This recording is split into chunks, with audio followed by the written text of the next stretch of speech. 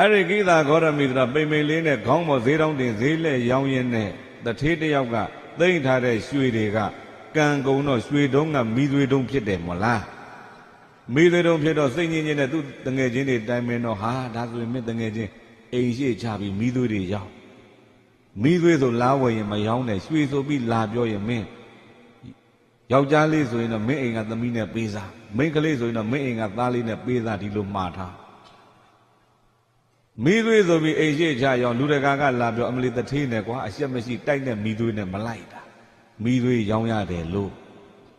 များသောအားဖြင့်တော့ကဲ့ရဲ့တဲ့လူကများအဲ့ဒီကိသာဂေါရမီလေးလာတော့မှဟင်းတထေးရဲ့တဲ့ရွှေတွေကိုဘာဖြစ်လို့ဒီလိုရောင်းတာလဲဖြာကြီးနဲ့ပုံလို့သကောကြီးနဲ့ထဲ့လို့ဟဲ့ဘယ်မလဲကလေးမှရွှေဒါရွှေပဲလူတွေယူကုန်မယ်ကောင်တာလေးနဲ့ကြာကြာနာနာရောင်းကံညာအံ့ဩစရာ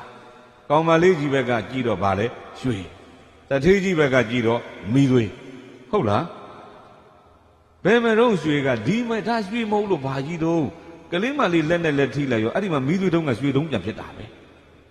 အဲ့ဒီကလေးမလေးနဲ့သူ့သားနဲ့ပေးသားပြိတဲ့ကိသာဂေါရမီလေးတထေးမဖြစ်ပေါ့မကြခင်သားလေးတယောက်ရချစ်စရာကောင်းတဲ့သားလေးတီတီတာတာဖြစ်တော့ရှိသေးပြုံးဆိုသေးသွားသားလေးချစ်တဲ့ဇွဲနဲ့မသေးဘူးဆိုပြီးလက်ကမချဘဲနဲ့ရောက်သွားတယ်သူ့သားမသေးဘူးပဲရောက်သွားရင်နဲ့လက်ပေါ်မှာပဲသားလေးကပုတ်စော်နန်းလာအဲ့ဒီမှာသေမှန်းသည်